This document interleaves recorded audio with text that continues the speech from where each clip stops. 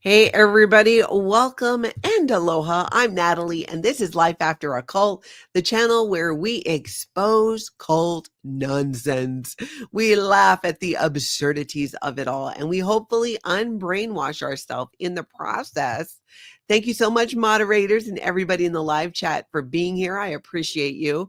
If you could put question in front of your question so I can find it easily, that would be appreciated. Now, I want you to imagine something, okay? So imagine walking into a Scientology building with a hidden camera and a couple of curious friends, right? A couple of curious friends, you walk in, you're doing your thing, you have zero idea of what's about to happen. And spoiler alert, it gets culty real fast. Today, I'm going to sit down with someone who did exactly that. And what he caught on camera, let's just say Tom Cruise would not approve, definitely would not approve. So, everybody in the chat, please do welcome my guest. This is Ghost here. Hello. Hello. I'm going to share. Let me pop up your channel quick here too at the start. Lagos does have a channel here on YouTube. You can find it right here. I'm going to put it in the description of the video, and probably moderators will throw it up, put it up in the chat throughout as well. And thank you everybody for your warm welcomes there. I see that. All right. Now, to kind of orient everybody, some time ago, you did a video. You went with friends and you went into Scientology Phoenix Undercover. You videoed it. I found it on the internet. Somebody sent it to me. Okay. And because I cover all kinds of Scientology stuff, and I did a reaction video to some of it. We covered it in a recap. And in watching the video, I had a million questions about, from your perspective. So I reached out to you, and I'm glad you were able to come on and we can get some of these questions answered. Oh yeah. It was definitely a more of a spur of the moment sort of adventure. Yeah.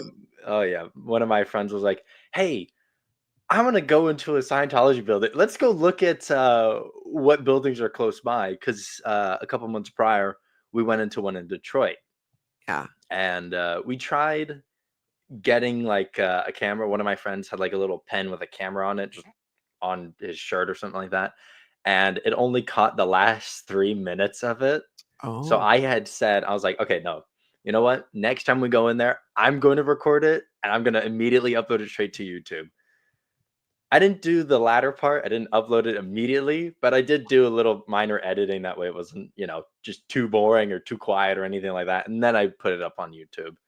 But yeah, it was still like 2 hours or an hour 46, something like that. yeah. I think it is about hour 46, hour Yeah. 36. And the video is pretty good as far as like the visual, and the audio you can hear pretty well. Yeah. I'm going to pull up a couple of kind of clips I separated out to kind of get your reaction on here. Let me see which one I want to start with. I want to start with one that is really close to the beginning. And some of you, my audience here on the channel, you might remember this video that we looked at a couple clips from it. When somebody sent it to me, and now we can ask all of our questions. So let's see here. Let's see what the first one is that I have pulled up. I'm not even positive, so let's watch it. So is this your full-time job? I also do other things as well, but yes, this is my job, yeah. Now, the thing I wanted to comment on about that's the Scientology recruiter. That's the woman that you met there. Yep. So when he asked her, "Is this your job?" and she says, "Yeah, and I also do other things." What that basically means is she works for Scientology full time. Were you there on a weekend or during the week? I believe we were there. Oh, geez, now I'm trying to remember. This was like a couple months back. I want to say we were on the weekend.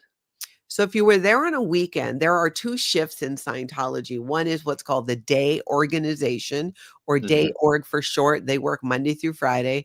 And then the evenings and weekends, they call them the foundation organization, which is evenings and weekends. Okay. So she's working full-time evenings and weekends for Scientology, making no money. And then she is working another job to support herself. Because in Scientology, they tend to not make enough money to survive on because the staff members don't get paid. Well, they don't That's get paid hardly anything. honestly, that's not surprising. Right? I Just know. just hearing what I've just hearing things about Scientology, it's not Yeah, surprising at all. not surprising at all. What I found to be a little surprising is that she admitted that she said that, but it doesn't sound so scandalous unless you understand what she's really saying, which is, Yeah. I work here for no money and I have to work a whole nother job to support myself. And I thought that was a little bit of a surprise. When you first went in, were there 4 of you that went into the Phoenix organization? Yes, there were 4 of us. Okay. And we all had these fake aliases that I had created. So fake first name, last name, emails, addresses, phone numbers, the whole works. I made a full on list, and I still have them on my phone too.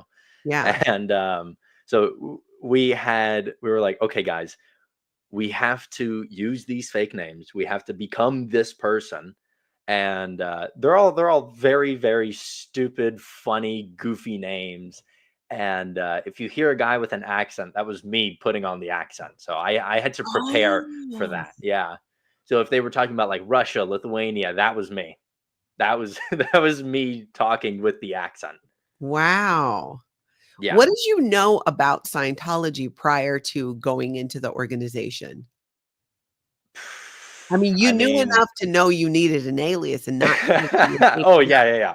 I mean, because these were the same aliases that we used the first time around when we were in Detroit.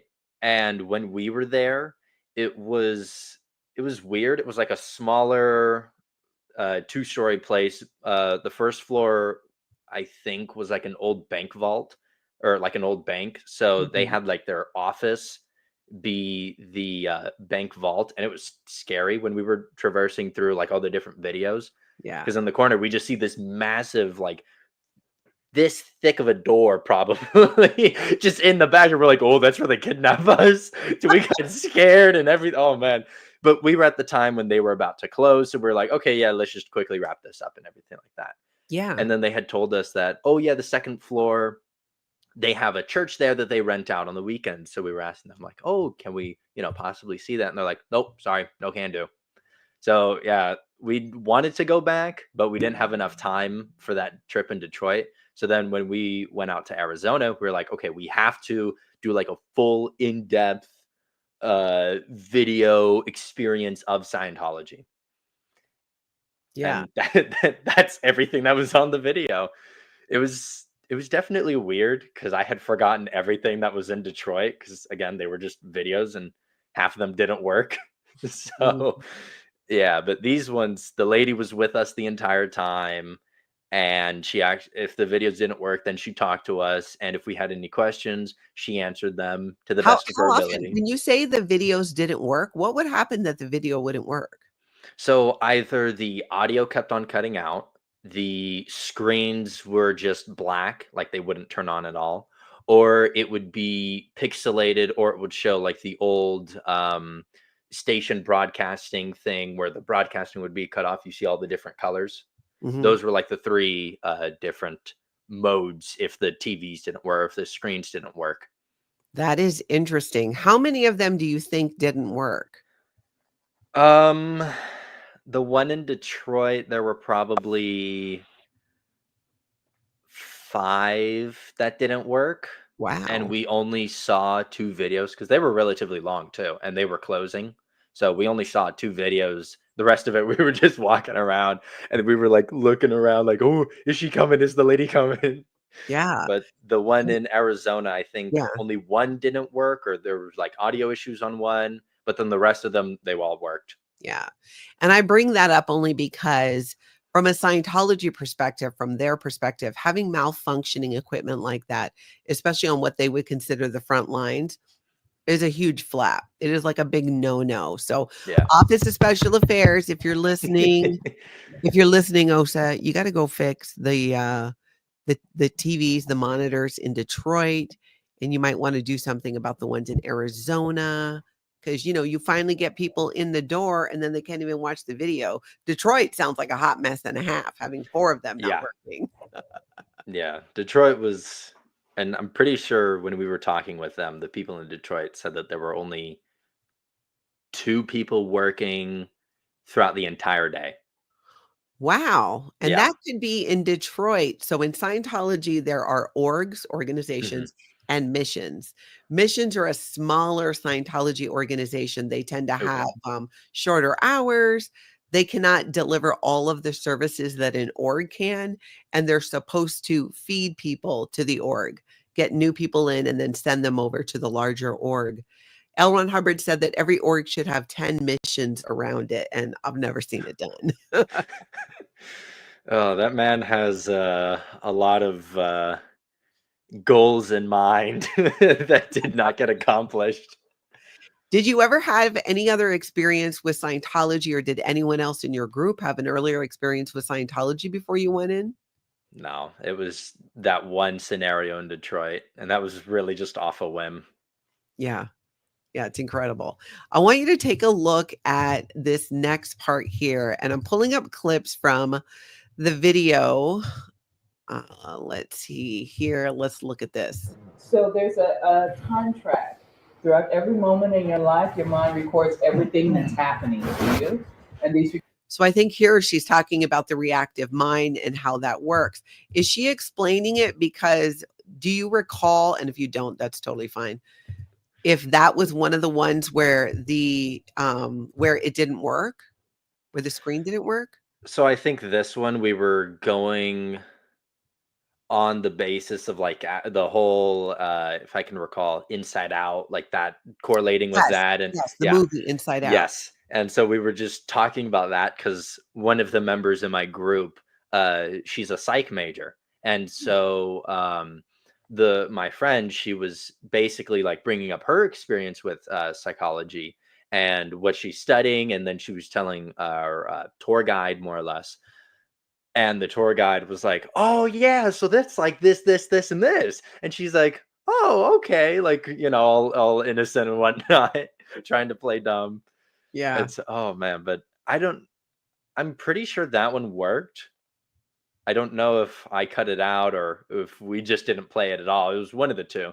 yeah. But I know for most of them, like, we didn't watch just because we either had questions or we were just talking, and then she would just forget to turn on the TV and then move on to the next scenario or the next uh, The next wall of screen. information, Yeah. infograph, whatever. So she was with you. Did she ever leave you alone? For 2 big gaps, but she was always at the main, not the main desk, but I guess the desk where the exit was. So if we were to leave, then she would see us leaving. Yeah. But she disappeared for 2 big gaps. So yeah, the big gaps were oh geez, now I'm trying to remember. I know where the screen was. I don't remember what was on the screen, but Mhm. I want to say it like it was close to around the midpoint where they start talking about the different countries and like the outreach programs and all that. Because I Yeah, think I remember looking at like one of the sides and it showing flags, and I was like, "Oh, look, I think that's Lithuania, or I think that's insert country name here, right?" yeah. And then the second time was when we were doing like this like quiz that she gave us, 200 questions. I just Well, the remember showing like personality test. yeah, that's it. The personality test. I just remember showing at the very end, like, look, I just don't care about any of this. Let me just do. I just did all over the place. Did you And really? yeah, oh yeah, I filled out the whole thing. None of my friends did, but I did. Did you get And results? oh, the lady said that I would have to call her and ask for my results, because we that after that we are just like, okay, guys, we just gotta leave. We can't take this anymore. Yeah. And my phone was also filling up on storage. I was like, okay, I gotta end this now. But I want to It's say like, interesting that she left you alone too for a couple big chunks of oh time, yeah, which is a little odd. And they I think it gave you a was bunch of handouts. this phone number. Come on, camera, work. Well, whatever. That the phone number that's right here. She was Yeah. like, "Oh yeah, call me there. That's my personal number. So I'll give you the personality information. And your name is what? And I tried so hard not to laugh at this. So the name without the accent is Ligma Balls. Okay. As you can see, we're quite childish. And so with the accent, it actually sounds a little bit more authentic. So I said the name was Ligma Bolsh. It sounds a little bit, more authentic. And so she was like, "Oh yeah, what's your phone number, or what's your email, or what's your name? That way, I can remember it." And we had already written all this down, and I was like, "Oh," I had to do with the accent. I was like, "Oh, it should be on the piece of paper over there. Can you read?" And I purposely wrote sloppily. That way, she wouldn't actually see that it said "Ligma Balls." Yeah. But she was like, "Oh, it's like LG or LB or something like that." And I was like, yeah. It's LB at gmail.com or something like that, Yeah. And she was like, "Oh yeah, just give me a call. That way I can remember to send it to you." And I was like, "Oh, is his phone number here?" And she's like, "Yep, this is my personal phone number." And I was like, "Oh no." Weird. Let me see that again. Someone was asking for the number. I'm having a hard time believing. Okay, so I'm going to write it in the chat so I can Yeah. look to 602-954-1417. And that's the address with the email for the place that we went to. It was weird.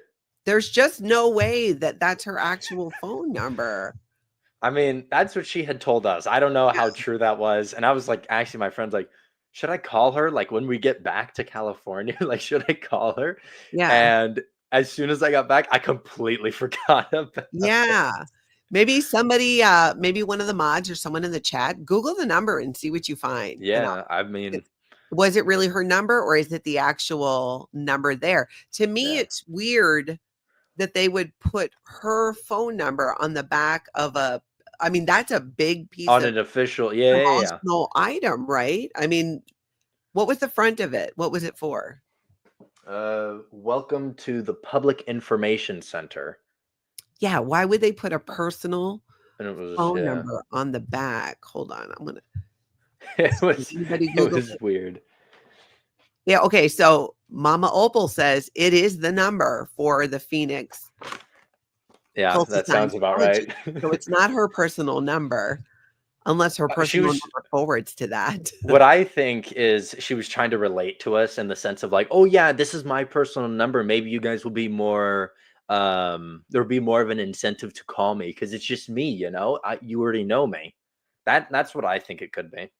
I think it could be. Itchy Thetan says too, the number goes to the Cult of Scientology Phoenix. Thank you both for looking and checking that out. And chat is amazing right now. Well, they're the best. Michael makes a good point. Maybe the org number is also her personal number. That would just be bizarre. I mean, if she gets like personal calls, like the org also sees that as well, or oh man, or maybe it's like her organization phone. I don't know if they give out phones to certain people or not that I'm aware of. I don't Okay. see Scientology paying for that. In the C organization, that could happen, but not at that level.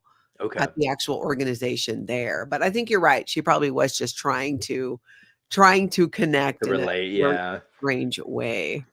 Let's see here. I'm going to show you. Let's go back to this because I think this might be where she was talking about psychology. I'm not sure. Let's give this a little listen.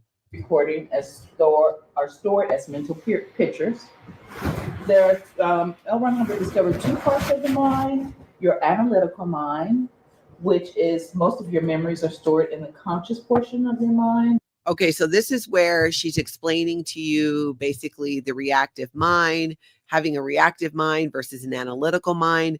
Do you remember when you started learning about these things and she was talking about it? And can you remember what your thoughts were or what the rest of your people thought? Okay, so when she was talking about like the different, I guess, levels to the mind or depths to the mind, I was like, okay, this, from what I can remember about AP psychology, which is I don't know, 4 or 5 years ago, something like that. I Mhm. was like, okay, this sounds a little bit familiar, but again, I don't know how true it is. I didn't do my own research. I don't know if there's proper evidence to show that.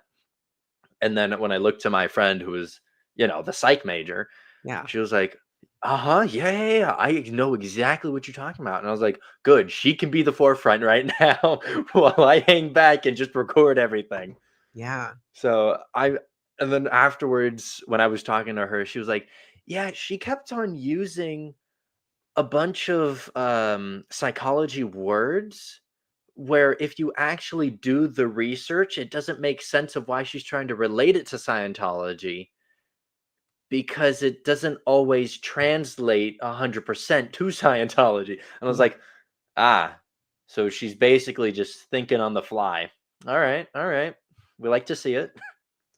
Yeah, in Scientology has its own language to a degree. L. Ron Hubbard, as part of the mind control, changed the definition of regular words or made some up. For example, you think about being open-minded, and that sounds like a good thing, to be open-minded, to be open to hearing different ideas and concepts, maybe even if they conflict with what you believe. Well, in Scientology, you are not allowed to be open-minded.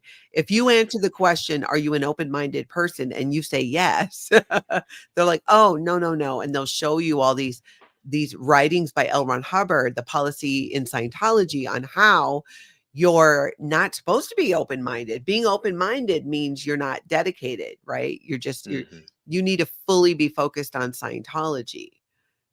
So Which, they change the words. yeah, that's weird because on that personality test, I remember like a couple of the questions started talking about like, oh, how open-minded are you? Are you open to new ideas and everything like that? So I'm like, so they're saying if I'm open-minded, how I thought of it at first was, oh, okay, they're saying if I'm open-minded to being a part of Scientology.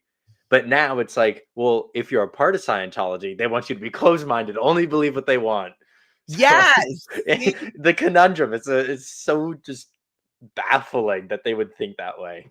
Yeah, and you get it. I mean, you're hitting the nail on the head Yeah. here. The realization to the way that you are seeing it is the way that many people takes them years after leaving Scientology to see it that way and recognize it and to kind of break away from that. I feel like we all kind of had our cult identity to a degree when we were in Scientology, and part of that is the language. So it does make sense to me what your friend was saying about how the woman who was doing the tour was using the words incorrectly, because that's the Yeah. other thing is, they're not fans of psychology. You're not allowed to see a psychologist or, God forbid, a psychiatrist in Scientology, or take any medication that helps with ADHD or bipolar or. You're not able to do that. At one part in the video, and it might be this next one, she talks about, and I thought I heard her say the person doing the tour, say her brother just got his degree in psychology. I want to say like she had brought up some sort of relative, sibling, something like that. I don't remember the full extent of it, but I Yeah, do remember let me that she had see. talked about it. I don't think it was this one. It might be the next one. Let me pull it out. I had to listen to it like 5 times. I'm like, she did not just say that. And the reason why I was curious about this is because one of the questions to qualify for Scientology services is, do you have any friends or family members who are psychologists or psychiatrists? That's something that can disqualify you for doing some Scientology auditing or the upper levels if your brother was a psychologist. Wow. So I found that kind of odd, interesting too. So it might be this one. Let's give this a listen. What college did you graduate from? Graduated from Culty. Oh, okay, CSUN. Yes. Okay, my best friend went to CSUN. Nice. What was your major? Psychology. Oh, very cool. My daughter just graduated with a degree in psychology from UC Riverside. That's cool. Didn't Yep. she just did you hear that? Did she say my brother? Yep. My brother just graduated with a psychology degree from UC Riverside. I heard that. I was like, Yeah. I did not hear that. I got to go back and listen to that and listen to that and listen. I'm like, nope, she says her brother, which again, from a Scientology perspective, I understand why. I can see how she's trying to find like things to have in common, right? Which Yeah. is human nature. You know, who do you know? Maybe who I know, like to just be able to communicate. But from a Scientology perspective, that's like airing your dirty laundry. Like you shouldn't be telling people your brother is a psychologist, especially if you're trying to recruit people into Scientology. So if I'm Scientology, if I'm the, Office of Special Affairs, if you're still there and awake with us, your girl in Phoenix is off the rails. She's all telling people she got a moonlighting job because she don't make enough Yep. money there. And now she's telling them how, her brother is a psychologist or at least has a degree. I find that I found that to be surprising. Do you remember anything else from about that time in the tour? I just remember that oh man, that was really early on the tour. We Yeah. didn't even have like our cover story ready. So when my psychology friend, she was like, "Oh yeah, we had all graduated from CSUN, California State University, Northridge, and now we're on like a road trip and just touring the country and whatnot." And I was like, "Oh no, no, the script is being undone." And then she goes, "Oh yeah, my daughter went to CSUN." I was like, "Oh no, she's gonna know us." I Was know, I it started daughter panicking. or brother? So daughter went to CSUN, but brother graduated with the psychology degree at Riverside. So she knew the school, just so happened to know the school that you were talking about? This Hmm. is in Phoenix. It's not even in California.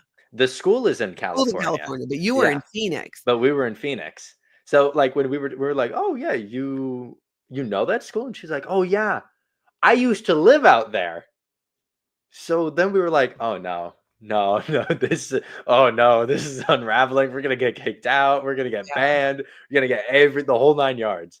And so we just start talking, and I'm trying so hard to play it cool, just to keep up the accent, keep up the act, and oh man, she was like, "Oh yeah, my daughter went out there. It was a very nice campus. I miss California, but I actually really like it out here in Arizona. I love the community that I have out here." And I'm like, "Okay, good. We got rid of California. We've gotten back onto Phoenix, gotten back onto Scientology. Let's keep this train going." She really seemed to me like somebody who got into Scientology later in life Yeah. because she was a bit more relatable than a lot of Scientology recruiters that I see. She did have this connection to this school, which anyone who's a second generation Scientologist normally would not, because we weren't prepared or college was never on the table. We were going to the Sea Organization. And that her daughter went to college too that's not as common in the world of Scientology.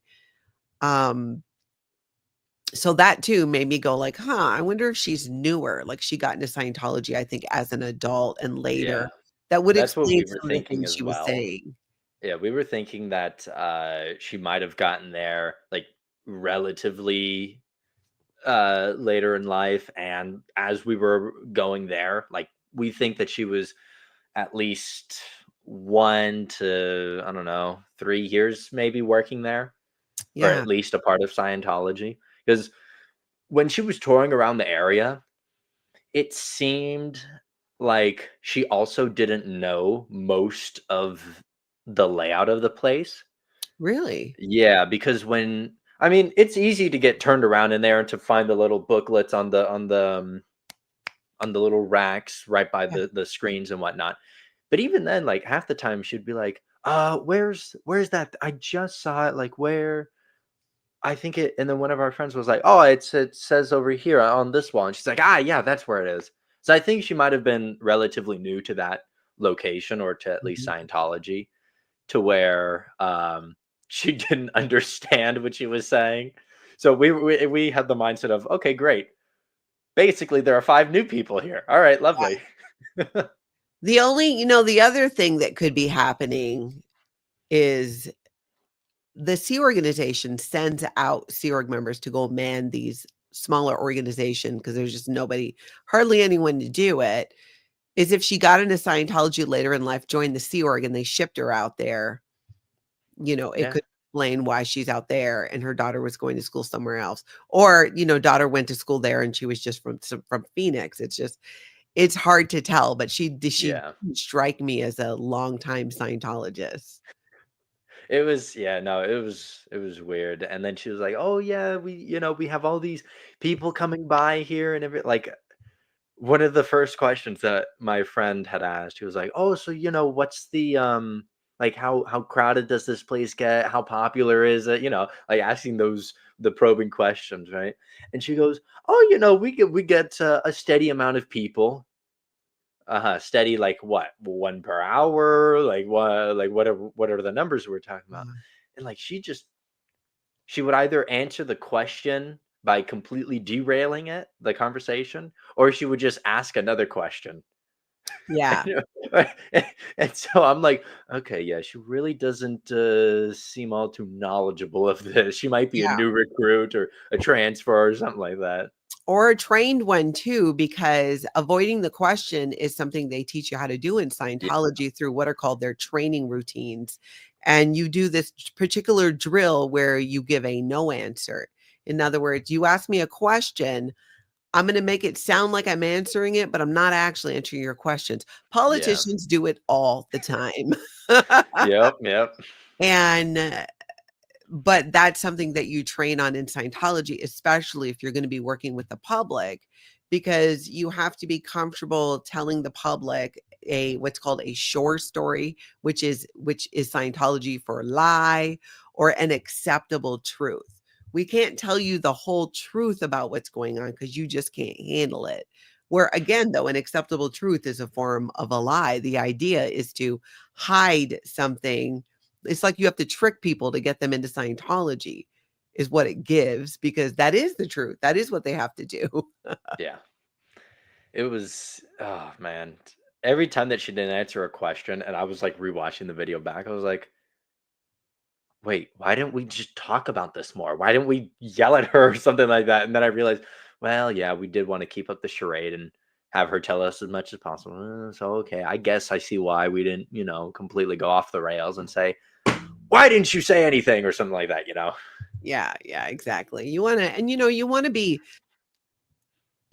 nice. That's my 2 cents. I Yes. always feel Oh, like yeah. these people are going in, whether they're visiting, whether you're videoing or not, these are people. Oh, And 100%. she's someone who is not there because she has selfish reasons. People don't give up making money, having a family, having time with the family, raising children, all of these things because they're selfish. They think they're there with the belief that Scientology is going to create a civilization without war and without insanity.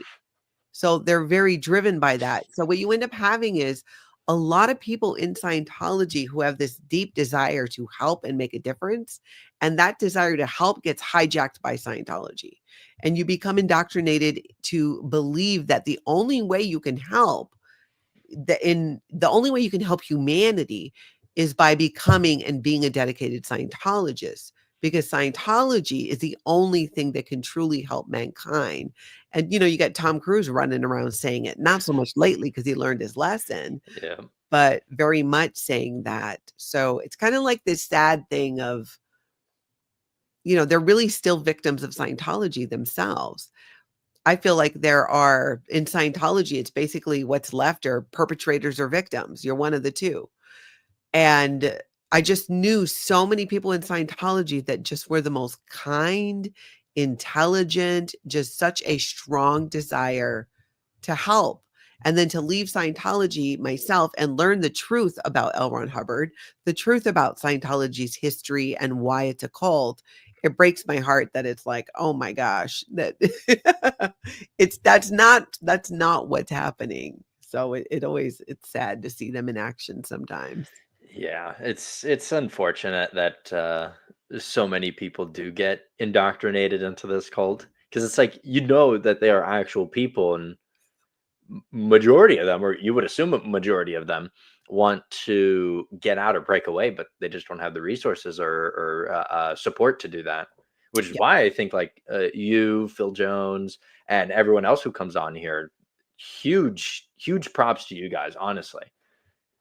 Oh, I appreciate that. There are two foundations that exist to help people who've left Scientology, and that's the Michael J. Rinder Aftermath Foundation and the SPTV Foundation that I'm involved with.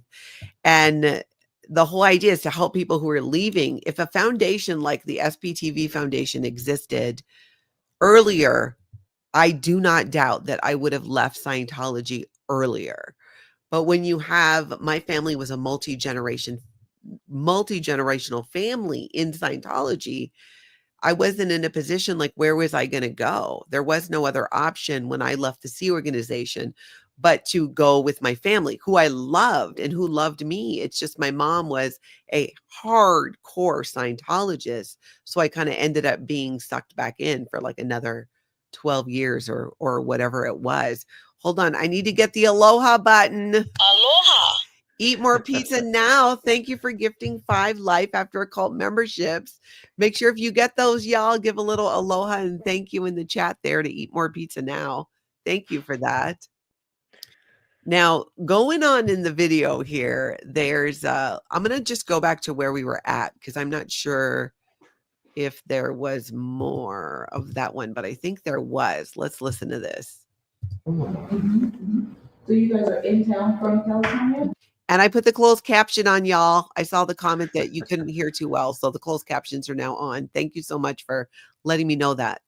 You got family here? No, we're just graduating college. We're like, just drive. So that was the end of that clip. And the reason I grabbed that one again was because I was like, did she just say her brother was a psychologist? That's not something you normally Scientologists brag about because it's going to get you in trouble, which again makes me think she's new, or it's just some kind of a tactic to, disarm you. Like, no, I have family members who are psychologists. I haven't talked to him in 10 years, but hey. Yeah. All right. I had another clip. This one, I'm not sure where you're at, but you'll probably know. Let me cue this up. We'll let a little bit of it play and then we'll chat about it. Did you have any questions? I'll say that video pretty much summed it up. Uh-huh. So when you're asking about spiritual technology, when they were sitting down facing each other, doing a Dianetic session, that kind of helps you that's the spiritual technology that we're speaking of. But you also have something where we have you hold what we call these the cans. So this is an electrocyclometer. So that's an e-meter. It's used in Scientology and Scientology auditing. What was going through your head when you were being introduced to this device? Oh my God, no. Okay. Don't hold I was looking at this like, oh great. What is this? What are we gonna do with this now? Like what possibly could be the reasoning that we are having to use this, right? And she goes into detail like, oh yeah, you just put you hold them into your hands and it can tell what emotions you're feeling by this little meter here. And I was like, all right, no. There's got to be a gimmick to this. There's no way that it could sense my emotions. That doesn't make any sense. Yeah. So when I was talking to the lady, I had to put on the accent again. I was like, oh man. So how does this all work? Like, do I just hold it? Like what? And she's like, oh yeah, you just hold it lightly in your hands and it can register and read and feel your emotions. So whenever we talk about Dianetics and whenever we talk about experiences that you have, good and bad, it shows up on this little dial going back and forth and up and down. And I'm like looking at this like, what the hell is this crap? It didn't make any sense. What's interesting to me about that, first, I got to do another aloha button. Aloha.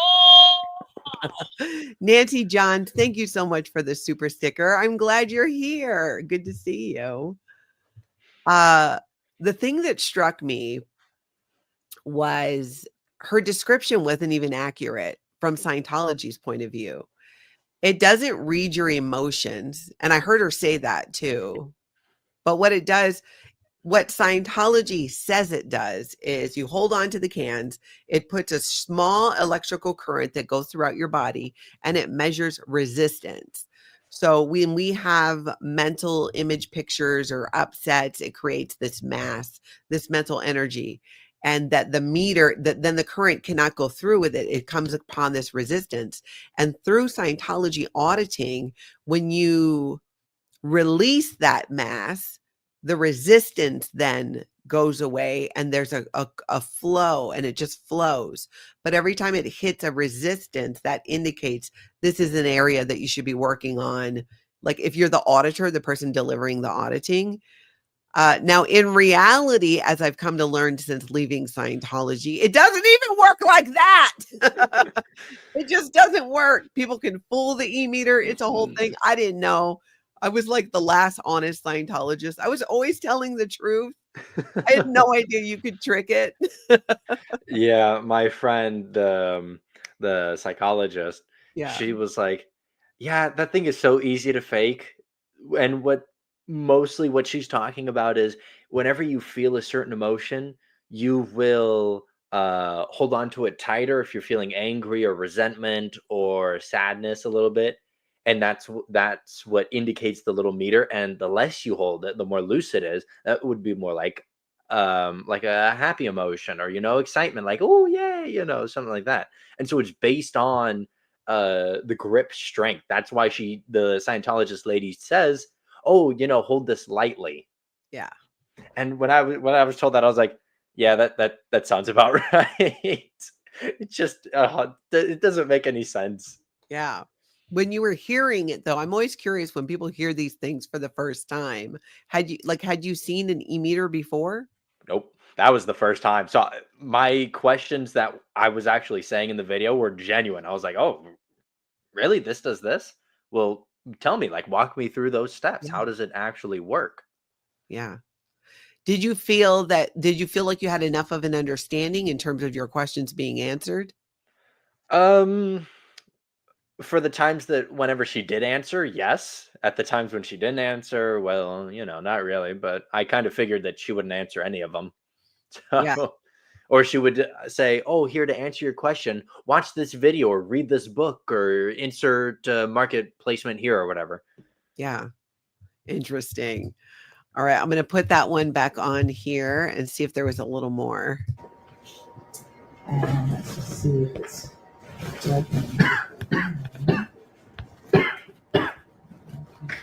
on. Oh. So as you're talking about your traumatic event, you have an auditor that's taking notes and seeing when the needle is spiking towards more painful things, and he'll have you elaborate more on those terms. So you say, well, somebody kicked me. Well, he'll say, oh, kick seems to be your like trigger word. So we're going to talk more about kicking.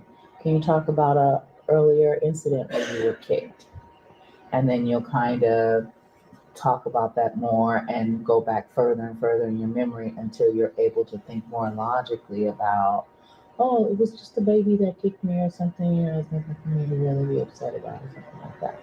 So I'm curious if your friend who studied psychology had any thoughts on what she's talking about. So in Scientology auditing, if you're just like she said, if you're dealing with like my friend kicked me yesterday, but it's not resolving the e-meters, you're not having what's called a floating needle, which basically in Scientology is like everything's fine.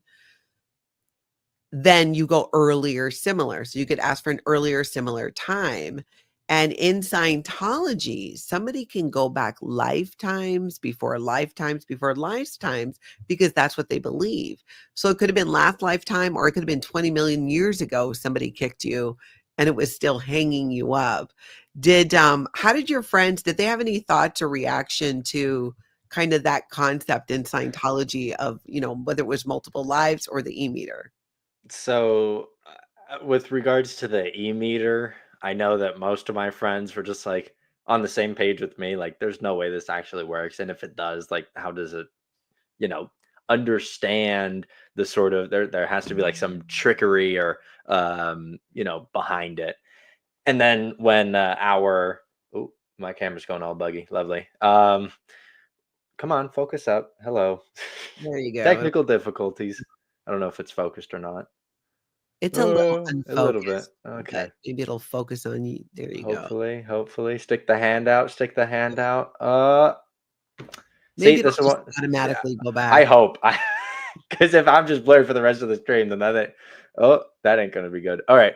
Well, whatever. I'll just continue. Hopefully it unblurs. But yeah, when she was basically telling us like how it worked and everything like that, because we all were sitting in the car giving like our thoughts and everything like that. So when she was telling us, we all were like, yeah, okay, that really makes sense. That's understandable. We can see how that can easily be tricked, because it's like you're gripping and it's like, oh, okay, very, very angry, very, very unsettling or something like that. And so, and then with regards to like the whole like multiple lives, or not Mhm. necessarily multiple lives, but I guess like past lives, um we really don't believe in that, in the sense of, one of my friends who told us to go to a Scientology place. He's Eastern Orthodox Christian, and he just recently converted. I don't want to say just, but he was like, "Oh yeah, we got to do this because I want to talk theology with them. I want to see what they believe in and all that." Because when we were in Detroit, we had watched the Band Mormon cartoon. I don't know if you've heard of that or seen it or anything like that, but Is it with the band? it's this Band Mormon like cartoon, basically, where they talk about a bunch of beliefs that the Mormons don't believe in anymore. So like they were saying, like, all black people have the mark of Cain. That's their justification for slavery. And another one was, um, when you ascend, you become a god or a celestial, and then you have celestial sex to create planets. It Mm. was just this whole baffling just video. And Yeah. so after that, he was just like, okay, I want to talk theology with everyone.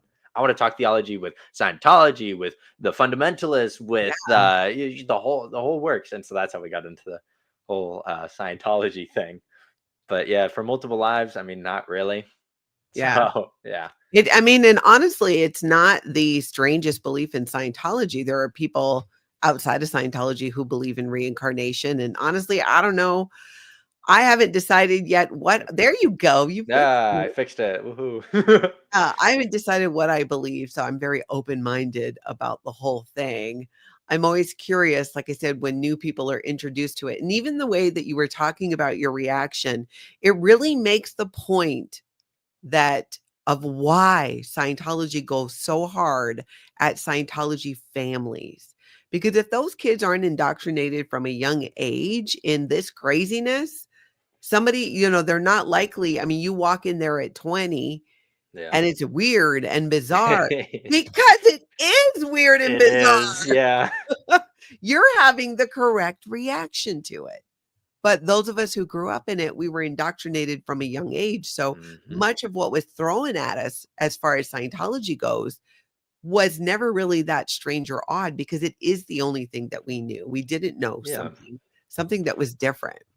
It's your new normal. You grew up with it, Yeah. so for you, it's just a normal everyday occurrence. It's like, oh yeah, there goes someone talking about Scientology. Oh yeah, there goes someone. That's Uncle Joe. He's on his 1500th life or something like that. It's like it's a normal thing. Well, for us, it's like Scientology.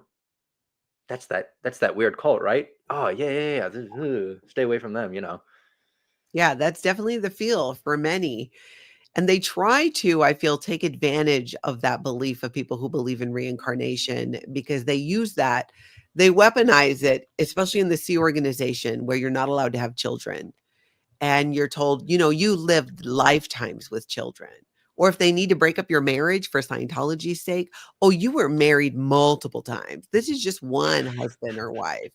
So they want to minimize it. It's the same when people die in Scientology, they drop the body. That's what they call it. You drop the body and you're gonna go get another one. Like you're shopping for a suit or something. That's just Oh my, that's just so bizarre. Yeah, it really is. All right, let's see. I'm going to pull up another clip from your video, and let's see what we were looking at. Just have a lot of energy as well, like potential energy that we don't even know about as well. And we also have like, so our headquarters is in Florida, in Clearwater. Okay, and that was interesting because she said our headquarters are in Florida. No, they're not. They're in California. That's where the headquarters, that's where the management is. What's in Florida is where the highest levels of Scientology, well, up through operating Thetan level 7. And as far as training goes, you can train in Scientology. They have this thing called a bridge, and there's multiple steps on it. And there's this one side is for training in Scientology. The other one is for auditing in Scientology. And L. Ron Hubbard said the idea was that you do both, but a lot of people don't because you got to pay twice now. I got to pay to train in it. Then I still, got to pay to audit unless I can. Rarely could you find somebody where you do what's called co-auditing, where you can just audit each other. There's usually all kinds of issues with that. But I found that interesting too, because Scientologists don't refer to flag as the headquarters. And staff members know that and this was in Phoenix. So that organization's direct seniors are in LA at the Blue Buildings off of L. Ron Hubbard Way at the Continental Liaison Office. Their seniors are in Hollywood at the, what's called the HGB building. Their seniors are still in California, but at the International Management Base. Flag does not manage Scientology. So I thought it was interesting, which made me think maybe she's new because flag is not the headquarters for Scientology, though it is like, it'd be like what Utah is for Mormons. Yeah. You go to, that's what Clearwater has become in many ways, especially downtown Clearwater. So yeah. A couple of my friends wanted to go because when she was talking about the different hubs, I guess, of Scientology, the Florida one, the one in LA, my friend, the guy who is the Christian who planned this whole thing, he was like, okay, that's going to be our next one. Our next one is going to be in Florida, and then we're going to do our last final hurrah for Scientology at the big one here back home. And we're like, okay, time to make more videos. You'd have a hard time in Florida, in Clearwater, because there's no place for new people there. There is a welcome center or information center. That would be about it. They don't actually do any recruiting of new people in Clearwater. Not that they wouldn't still try if you went to the welcome center, but yeah. All right, let me pull this back up here. Florida, and it's called Flag. And so we have something, service that you can participate in called Superpower. And what it does is it enhances 54 perceptics, which are innate abilities that we have, but it enhances all of those and increases all of your abilities through that program called. Now, the irony here, because she's talking about how in Scientology it can actually increase your perceptics, make you more, right? You can perceive more of your environment and things around you. And the interesting thing about that is the opposite ends up happening. They don't want you perceiving the environment around you. They want you with the blinders on, only looking at Scientology. Yeah, they want you to have that tunnel vision. Stay focused on the goal of Scientology, nothing else. Everything else is irrelevant. Exactly. And someone pointed out too, Northern Girl, that you can go to Tampa. So if you go to Florida, Tampa, or there's Bel Air, Florida, where there's a Bel Air mission. So there are a few places you can go if you go to Florida, and you should still go to the Flag Land Base to see it. Oh yeah, I do want to go there. I want to record, just the whole works. Hopefully get a different setup than the Phoenix one, because oh man, that Phoenix, I don't like how I recorded that, because I literally just had it in my pocket facing this way to where my shirt was covering the lenses half the time. So I was like, oh, come on, no. So I was like, whatever. I'll just tug on my shirt, whatever. Who cares? Hopefully no one will notice the huge phone sticking out of my side, But no, I mean, I gotta get a much better setup. But as of now, it works. It works. Yeah. And make sure too, my advice is wherever you go, you know what the laws are there when it comes Oh to yeah. reporting like that. Just really be aware of what the laws are, because there's a case going on right now where somebody who live streamed and protest Scientology is up on federal wiretapping charges. Mm-hmm. And Scientology will take a little tiny sliver of possibility of legal trouble and absolutely blow it up Oh and yeah. exaggerate it to try to discourage and stop people from doing exactly that. They're just bizarre.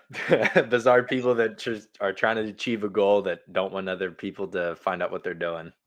Yeah, basically what they're doing and working hard at is nothing anybody is asking for. Mm-hmm. All right, let's see here. We'll watch more of this. Superpower. And that's only offered at our headquarters in Flag. While at HQ. It is kind of a setting where there's a hotel there where you can have housing and participate over a course of an event. We don't have any hotels or housing here. Okay. Yeah. And in Los Angeles too. I don't know if you guys have ever been in Hollywood. I've been there a couple times. Have you seen our blue building on L. Ron Hubbard You Way? can't miss it. Right? Yeah, exactly. So Had you been to the blue buildings at all off of L. Ron Hubbard Way? No, I have not. But that is, we always call that the boss. That's the big boss level. That's the final boss that we're going to be doing when it comes to like this Scientology trilogy, so to speak. Yeah. That is like, as soon as we get through that, then we're basically out of here with Scientology. I may do like a couple follow-up videos or something like that, but that is, oh yeah. Blue bucket list. I just saw Northern Girl in chat. Blue bucket list. Yes. It's on the blue is on the bucket list. But God knows when I'm going to do like the next Scientology-esque video. Because it takes a while to get out to the place. I mean, in Arizona, it was just because we were already visiting in Arizona.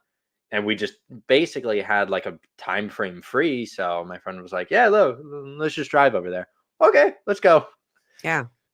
All you got to do is show up with a camera. Even they won't let you in the building if they see a camera. Yeah. But you'll see, even if you watch my videos and some of the other creators who are out there live streaming, you see how they just lose their minds over people videotaping. And it is in large part because they don't want, especially the Sea Org members, to be seen. Because these are people on billion-year contracts. Some of them haven't seen their family for decades. Some of them have family that don't know if they're still alive or not. And they don't want people recognizing, being like, oh my gosh, wait, that's my uncle. He's been missing for all these years. So, but it is amazing what you will see just outside with a camera before they shut the doors and, get culty and act weird. All right, let's watch this. He has written he's like one of the most renowned authors of our time. He's even written like a doctorate program as well that kind of gives you more instruction about how to free yourself spiritually. So let's learn more about L. Ron Hubbard. So this is our Scientology presentation. If you want to learn more about our crosses and symbols. We have a literacy program too. Have you guys ever heard of Clifford the Big Red Dog? Yeah. Oh, this is where she tells a gigantic lie. Yep. We'll listen to this and we'll talk about it. Yeah, so Applied Scholastics, that they have a partnership with us as well. And that programs with Clifford the Big Red Duck animation programs. We have Scientologists working on that too. Yeah. We have a drug-free world program as well. So I don't know if she meant that there are Scientologists who work for Clifford the Red, the Red Dog in doing the cartoon or the books, but it is not something that, to my knowledge, is run by Scientology or a part of Scientology.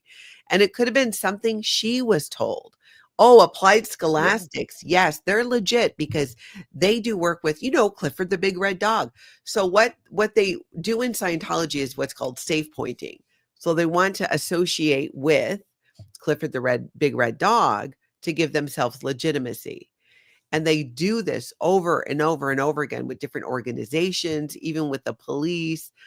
And I couldn't believe that she said that because I never heard of any Scientology connection to that. And if there is, maybe a Scientologist works on the team. It's not like the whole thing is being done by Scientology, like she made it kind of sound. What were your thoughts on that?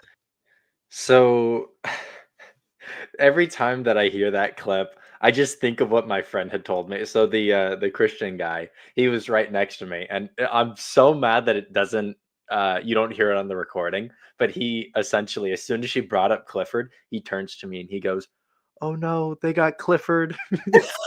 Every time that I hear that clip, that just his voice just plays on my head saying, "Oh no, they got Clifford," and it just makes me laugh every time. But no, yeah, it's true. It's like, what do you, as someone outside looking in, it's like, oh no, they got Clifford. Clifford is a Scientologist. The big red Scientologist dog. There you go, Clifford. You got a new title. Yeah, that's what they're It's just, trying to say. yeah, it's just, it's so bizarre because I saw your live streamer video on talking about this, and it Yeah. was just they're putting their hands on it, basically saying like, oh yeah, this is a part of us. But then when you talk to the people who are making it or a part of it, they say, yeah, no, we don't know these people, we've never heard of them, they're not speaking for us, so don't listen to anything that they're saying. Yeah, they do that over and over and over again. They've been doing it forever. I remember when I was leaving Scientology, I had heard one of the last events that I attended, a Scientology event. David Miscavige was on stage talking about how Kimora Lee Simmons, who used to be married to Russell Simmons, who works in the music industry, was a big supporter of the Way to Happiness Foundation. I thought, wow, that's really cool. And then, you get on the Google and you find out, like, no, not true. It's not true. Like, these things are verifiable. And then these organizations that get pulled kind of into the Scientology verse in a way will themselves say, no, actually, that's not what happened. It's like, oh, we gave $20. We thought it was some other thing. Most of the time, though, people don't even know that they're contributing to Scientology. They have multiple front groups, like the Way to Happiness is a front group, part of Scientology, but they don't always make it so. They say it's a common sense moral guide written by L. Ron Hubbard. And yeah, I want to give me the moral guide of the guy who tried to bring about the Antichrist through sex rituals. That's who I'm going to follow. Oh yeah. But they do that a lot, and I thought it was really interesting that she tried that there.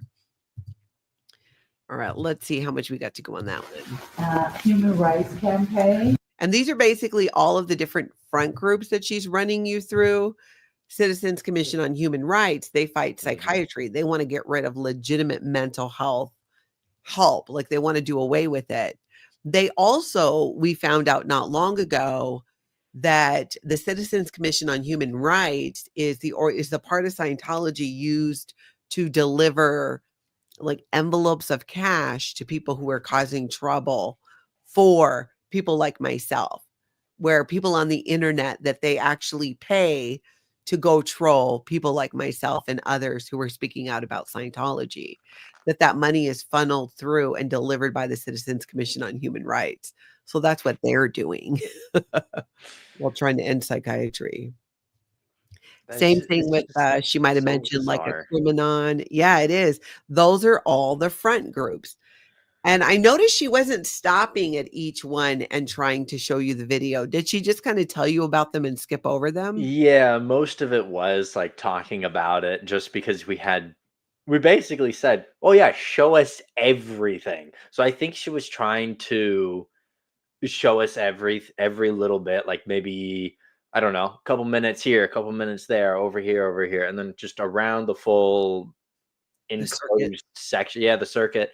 And then to try and get us to buy the books at the very end, because at the very end, you go right back to the front. It's like, oh, hey, check out the library that we have here. And I even remember making a comment like, oh, wow, it's a lot of books all by this. Oh, wow, they're all by L. Ron Hubbard. Oh, wow, he must have had a lot of free time on his hands. Yeah. It's just, oh my Lord, it was a full-on wall of nothing but books, and half of them were the same thing. I was like, why so many? Why do you need all these duplicates? Yeah. And that's another thing. And that's what's so interesting to me in hearing your perspective about this, because it really is. This is what it's like for somebody going into a Scientology organization today. This is the experience, and it is off-putting. What were some of the other comments from your friends after going through that experience? I don't know if you remember this, but there was the guy who said, oh yeah, my friend makes DMT or something like that. It was some Oh, yeah. sort of, Yeah. so at the very end, I was like pointing the camera at all of them. I was like, so what did you think about that? I put the camera at him and he goes, everything I said was only for the video. I don't have a friend who does that. I don't believe in any of that. So, but he said, like, overall, it was just a bizarre experience. He probably would not want to do it again, or maybe do it again, but only just for the memes, the funny, But I was like, oh yeah, no, that was bizarre. Go to my psychologist friend, and she's like, yeah, that was. I don't know if I want to do that again. Maybe if you guys are around, I might do that. Just that way I feel safe. Yeah. And the driver, well, obviously he wants to do it again. The Christian guy, he wants to for sure do it again. He wants to go to all of them. Wants to go to the one in Florida, the one in Los Angeles, Hollywood. So yeah. He should, and have see if he can get him to have a conversation with him, Oh and yeah. it could be really good. If you approach, and like you did, right? You guys were being friendly. Oh You're yeah. more likely to have a conversation with a Scientologist if, you just maintain that. Yeah. And then sometimes they'll even answer questions. Rarely will they answer the question of what is Scientology. They'll say, Oh, read well, a of book course. or Yeah. watch this film. Because, that's the first rule of Scientology. You can't talk about Scientology. So ridiculous. Let's see. Okay, I'm going to grab this other video clip I have here for us to take a peek at. And has workable technology for you to increase your survival across all dynamics.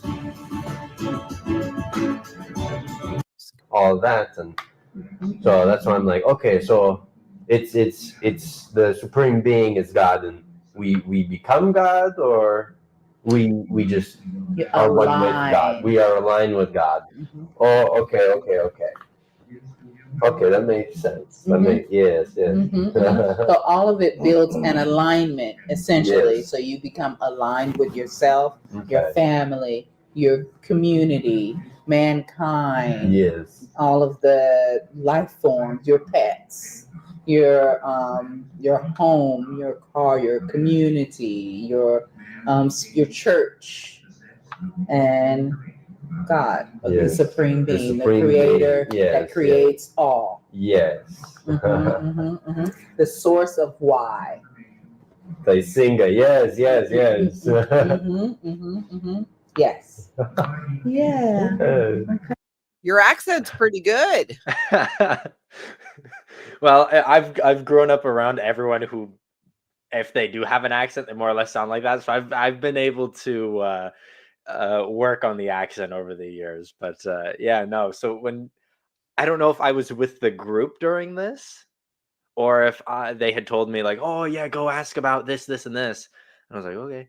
But one of the times I had asked this lady, I was like, okay, so how do you become like what does this infinity symbol represent? Because I see that it's there, and it's basically like ascension or something like that. It was like one word response, and she was like, oh, okay, here, let me give you this video, that way you can watch it, understand, and everything like that.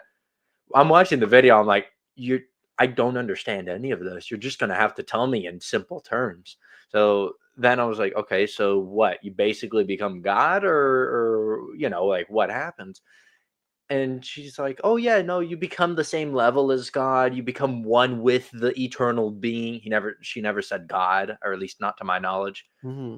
And I just remember every time that she said eternal being, I just thought back to the Mormon video of you become a celestial, and then you have celestial sex and create planets and create life, and this whole just nonsense. Yeah. It was bizarre. I'm gonna keep saying that word, but it really was. Yeah, because it was. And there, even the whole topic of God and talking about God, it's interesting how she did it, saying, well, you're aligning with God. The reality in Scientology is there's no acknowledgement. I mean, technically there is. L. Ron Hubbard said there are 8 dynamics or 8 urges towards exist.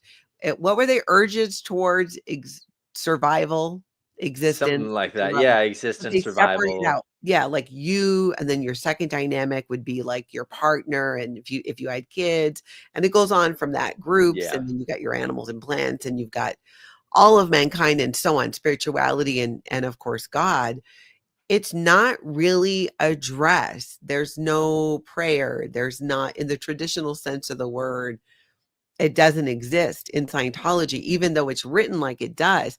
Because again, that's part of the fake facade that Scientology puts on to maintain the we're a religion part of the whole scam, in my opinion. Yeah. No, it was definitely bizarre because again, we were all trying to relate it to like, okay, well, let's see how close it is to these other religions, like not just our own, but also like Hinduism, Muslim, Buddhism, like all the other ones as well. And we were just like, okay, so we see some similarities. And then she starts talking about, oh yeah, we take the very best from each of the other religions and we incorporate it into our own religion. That's how we have Scientology. And I remember that. And then the first thing that came to my mind was, well, what does the best mean for you? Because some of these religions don't always collide well with these other Mhm. religions. So, what is taking the best from each of these religions? And what religions are you taking more of the best from and less of the best from others? Like, are there? Are there not? Who knows? Yeah. So I just remember her talking about that, and I was just completely puzzled. I'm like, okay, great. What is the best? What do you mean? Like, what did you do? Go in an Excel spreadsheet and say number 1, 2, 3, top 3 religions. There we go. Let's take from these. Hmm. And it was only L. Ron Hubbard who decided what was going to become a Yeah, part of Scientology. And he definitely did not give credit to the multitude of places in which he stole that information. Once in a while he would, but in general, it was always that, he created it. Did you get any feedback from your friend who's the one who's more into religion? Did that person have any thoughts when he heard all this talk about God and spirituality and Scientology? yeah. So when I basically said, "Oh yeah, so you more or less ascend and become one with the supreme being," and I said, she said explicitly, the supreme being, not Yeah. God, not any of God's other names, if you believe in those, but just the supreme being. That was it. And he had said, "Oh, so discount Mormonism." Okay. And he just went back to watching the screen. I was like, all right then. All right, okay. So why would it then discount Mormonism? So it's discount Mormonism as in like the fundamentalist Mormonism of you ascend, you become celestial, and then you can create life. And he more or less interpreted it as Oh, a discount version a of that. discounted version. Okay, I thought Yes. it discounted Mormonism. No, no, no, no, no, no, That no, no. makes sense. Yeah, yeah, yeah. That actually makes a lot of sense. And I And was like, yeah, okay. I see that. Yeah. I just can't imagine. I feel like I could almost see steam coming out of his ears. Imagine it Oh yeah. listening to some of that and not actually trying to, argue that point.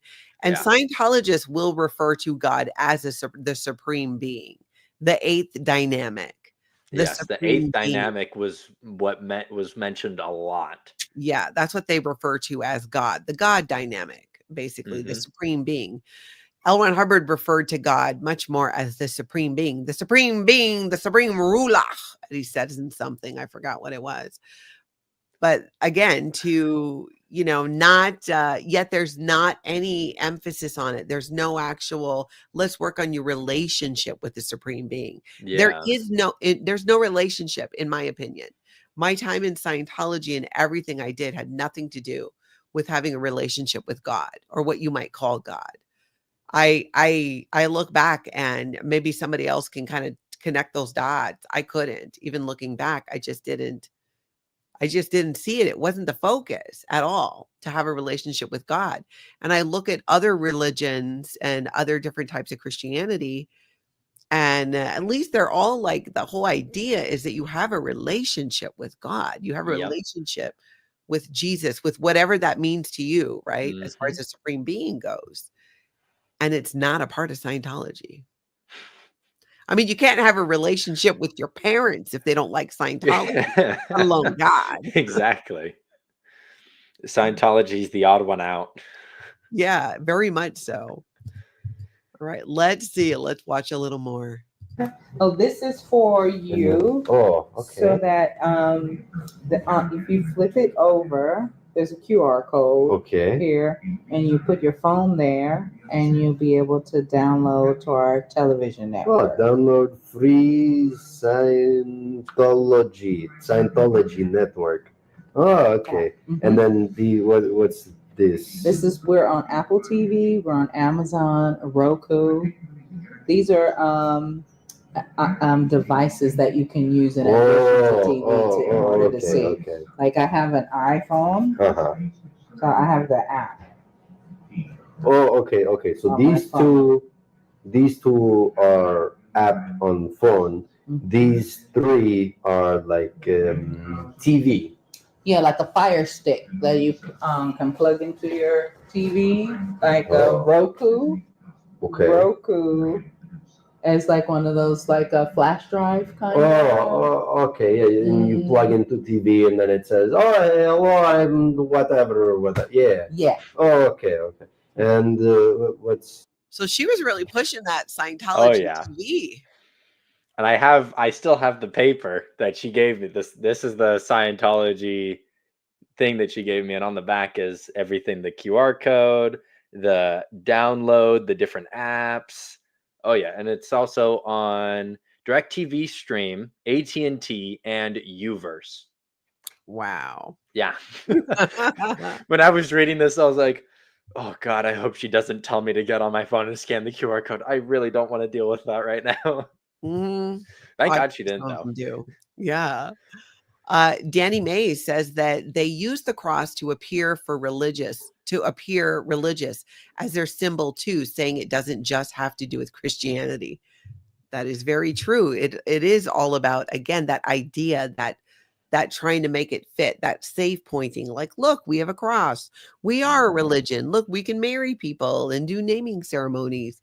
We are a religion. Well, you break up families too. I mean, my gosh, your number one Scientologist, Tom Cruise, 3 divorces. And supposedly each of the women he was married to just so happened to be suppressive people. Only after he married them. Tom Cruise creates more ex-Scientologists than anybody. That's what I think. Professor Kakan says, hey, chatters and lurkers, I will repeat. Oh, good. Thank you. Reminder to like, subscribe, share, and set notifications. I love Professor Kakan is so good about that reminder. Also says, Mark Headley says he could always get a floating needle by recalling going to a Depeche Mode concert, no matter what the security check or auditor was trying to get at. So in Scientology, when you're getting interrogated or a security check or confessional, you're holding the cans, you're being asked all these questions that are super invasive. And you're not done until you get a floating needle where the needle's just nicely going back and forth, which indicates that, you're done. You're at a good point. Yeah. So by remembering something that was pleasant, you could create a floating needle is basically what he's saying. And I love that it was all he had to do was remember when he went to a Depeche Mode concert. Let's see. Mama Opal has a question. Was there anything they said that did not sound ridiculous to you? Oh, that honestly is a very good question. Oh, geez. And if there wasn't, that's Probably. Oh fine. no, no. There was like a few parts where it was like, okay, that Right. actually sounds, somewhat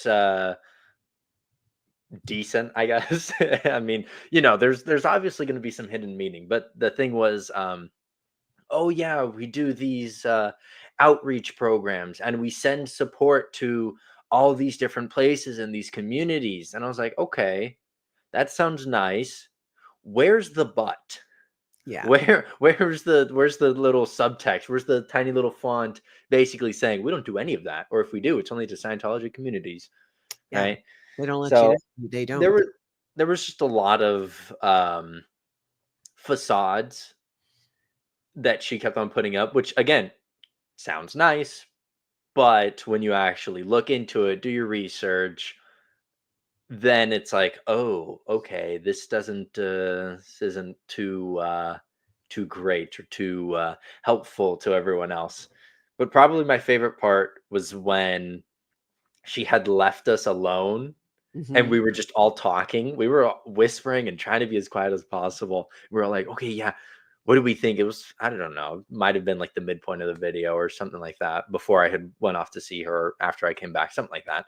Yeah. But we were all discussing and sharing our thoughts and like, oh God, this is weird. We're gonna get trapped if we stay too long. Mhm. And oh yeah, that was honestly my favorite part. I think it was just before she showed us the L. Ron Hubbard office or desk or Ooh, something she like. showed you The Office. Well, like we walked by the little room and she goes, "Oh, this is where you can see his office and everything." And we look and I'm like, "Ah, okay." Yeah. It just looks like a normal office. I thought it'd be like overly um explicit with L. Ron Hubbard memorabilia, so to speak. Mhm. But no, it's just like a plain old office, desk, books, that sort of thing. Not even some L. Ron Hubbard bobbleheads put in there, like, No, nothing. I mean, I thought there'd be like, I don't know, maybe a shirt or something like I heart Elron or something. I don't know. Yeah. I heart Scientology. The thing about Scientology is there are some truths in there because he did steal some things, like, Oh yeah. and some things are just common sense and they're relatable. And those nuggets of truth that actually are helpful is what get people to go back to do another course, another service. It's also the heavy pressure put on you, the manipulation used to get you to see that you just need Scientology, that if you don't handle this, it's going to ruin your life completely. For some reason, I feel that your Gen Z is way less susceptible to cults than I would say for sure the Gen Xers and then maybe the millennials. But I think I got this feeling, I've done no formal study, that Gen Z is pretty darn inoculated against Scientology and potentially other high control groups. From your perspective, what do you think that is? Why does your generation pretty much like, nah, like you're not falling for it? They trick some Yeah. millennials, but they really don't seem to be getting any Gen Zs. Well, I think it's because Gen Z or my generation, we really just are no nonsense in the sense of, oh, you're gonna tell me a lie. Well, how about I fact check you on that? Yeah. Or oh, I don't. You're telling me that I have to pay for something. Well, how about you give me the free version of that? Then I'll see if I want to. Oh no, the free version is awful. Then I'm not gonna pay. There's no point. I think we're a lot more, I guess, real world centric in the sense of with the rise of technology and growing up within technology, we have everything at our fingertips. I mean, granted, we still complain about everything. Don't get me wrong. Oh, I don't want to look up the weather. Well, why not? It's just at your fingertips. But also, it's like, okay, well, great. That actually sounds kind of intriguing. Let me figure out why. Bop, bop, bop, bop, bop. Oh, you do XYZ or whatever, you know, and it's awful. I don't subscribe to that. There you go, done. Yeah. I think that's really the reason. And I remember I remember watching this video on YouTube. It was something along the lines of military-esque. And I think he was like a sergeant, commander, something like that, relatively mid-range position. And he had said that Gen Z, or at least one of the privates from that generation, when he was asked to basically asked why he was seeing the person in charge of not necessarily like court martial, but like someone along those lines. The guy said, the Gen Z said, I did nothing wrong. I believed what I did was genuine, true. And if you fire me, then, oh, well, you fire me. Like, what are you going to do? And the guy had responded, wow, that is the first time that somebody actually ever stood up to authority because they knew that what they were doing was right. And I Mhm. believe that Gen Z is majority. There are going to be some bad apples, but I do believe that majority Gen Z is, yeah, we believe in what's right. And if we are faithful to that cause to a fault. Yeah, I think there's a lot of truth in that. Joe Bananas says the younger generation now are very wise and on the ball. And Mock says the old idea of respect of authority makes you more susceptible to manipulation than not having this automatic respect for authority later generations have. Mock, that is very insightful. And I think there's a lot of truth to that. Where when I grew up, it was very much you don't question. And I Yeah. also grew up in an Asian household. So even more so, you don't question and you just respect your elders, which is not a bad thing. But in the situation of Scientology, that can be very manipulative. And the point that you made that Gen Z, you guys are growing up completely with technology. Now, the millennials, the younger ones, did to a degree, but it's really Gen Z where, it's just so much more advanced and your inclination is more to fact check something. Whereas if Correct. my mom told me something growing up, I didn't think, well, let me get on my bike and go to the library. I'm going to look that Yeah. up in an encyclopedia, said nobody ever in the 80s or 70s. But you have it at your fingertips. And I do believe you are more likely to go and look. There are even Scientology families with Gen Z, second, third generation Scientologists who are not buying it. They're Yeah. not getting on board. And I think in large part because of exactly what you said. Gen Z is very much that generation to where it's, if I give you respect, I expect you to give me respect, and if you don't, then I'm not going to respect you. Gen Z very has that two-way mindset. What is earned should be earned, and if it can't be, then you don't deserve it. You know? Yeah. And you just move on. Yep. Cut your losses. I love it. Well, I want to thank you so much for coming on and talking about this. Let me Oh yeah, just of quickly course. check though too. James still says that he subbed to Leghost. His thumbnail is Lego Ghost. I want them. Oh yeah, the thumbnails are always, in my opinion, they're always a pain for me because I'm like, oh great, I just did a video. Okay, great. Got to look for something related to that video. Right now, I'm actually trying to incorporate more of the Ghost brand. Uh, brand in air quotes. It's not really a brand, but I'm trying Mhm. to incorporate more ghosts into everything. Have my thumbnails be a little bit more unique than just game title. Cool. On to the next one, or episode whatever, something like that. Yeah, they say the YouTube game, it's all about the thumbnail and Oh title. And yeah. I hate that part. I It's like, I really do. I know, I just want to make good videos, but that's not enough on YouTube. It's Correct. not. You have to put the I things in the title that get people to click on the video. Yeah, I'm a huge hater towards clickbait. And like I'll see the thumbnail, I'll look at the title, and I'll be like, I don't know if that's 100% true. I'll open up the video and I'll read the description before even watching the video, just Mhm. to make sure that it's okay. They're all three saying the same thing. Let's watch the video now. And Yeah. then I actually watch and I'm like, okay, this person is being genuine. I'll watch more of their content or I'll subscribe to them. Oh, this person's not being genuine. Well, forget about you. Bye. Yeah. So I yeah, love that. I'm trying more better thumbnails, I should say. Yeah, I hate it, but it's necessary. Correct. Eat More Pizza Now says it's 2025. People should research before joining, and I think they are now. That's the whole thing. Let's see. Vinny says, I hear people disappear or get deleted if they try to escape. That's scary. Well, people do disappear. I mean, sometimes in Scientology and the Sea Organization, we never really questioned when somebody disappeared because they could have been sent to the Rehabilitation Project Force or sent, somewhere else. But yeah, if they try to escape, they definitely get tracked down.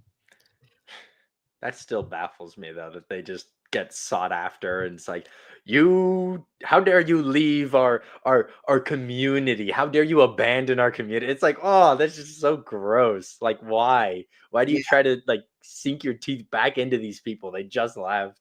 Exactly. That is exactly No, it. it's Like true. that is the reaction by most of Gen Z. They're like, I don't Yeah. even know what you guys were doing. Exactly. Auditing Scientology says, my impression is that many of the young people who visit Scientology orgs are just goofing on them. I would agree. Does Scientology ever, I mean, obviously the people you went with, but in speaking for your generation, I just feel like if you don't know about it, that they're going to go to the internet before joining a place like Oh, Scientology. probably, yeah. They probably look at the internet, and I don't know, they might see anytime that I look something up, the first thing that's always pop up are going to be sponsored links. I Yes. never open them. Yeah, I same. never do that. I always scroll down until I stop seeing sponsored, because then that's, I don't want to say more genuine or the most genuine, but it's going to be somewhere along those lines. It's going to be a little bit unbiased in Yeah. the sense of, as opposed to the sponsored links, which are going to be, of course, either more biased towards that Mhm. subject you're looking at. Yeah, I agree. I agree with that completely. Took me a little while to catch on to that. I'm like, oh, the first ones are the sponsored ones. So they're paying to be there. I Yep. wanted to see who actually got towards the top through their own actual work. That's right, Steffi. The younger generation grew up on the internet and technology. And I think that makes all of the difference in the world. That's the great thing. Fat Grammy, good to see you. Says great conversation. I'm glad you made it. Well, I would love to stay in touch, especially if you continue on. Again, I would just want to stress, know what the laws are, where you go, don't do anything illegal.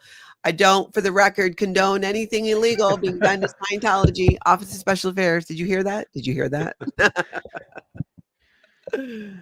All right. Well, thank you for coming on. Everybody, hit that like, hit that subscribe, and check out. Oh my gosh, I just had your channel pulled up. Let me pull it back up here. No worries. No, Just I on mean, it was an amazing pleasure to be on here and actually like talk about the video. Yeah, it was a lot of fun. I hope your friends get to see it too. This is where you can find the ghost here. I will link that down below as well. And yeah, everybody, I hope you get out and you have that cult-free day.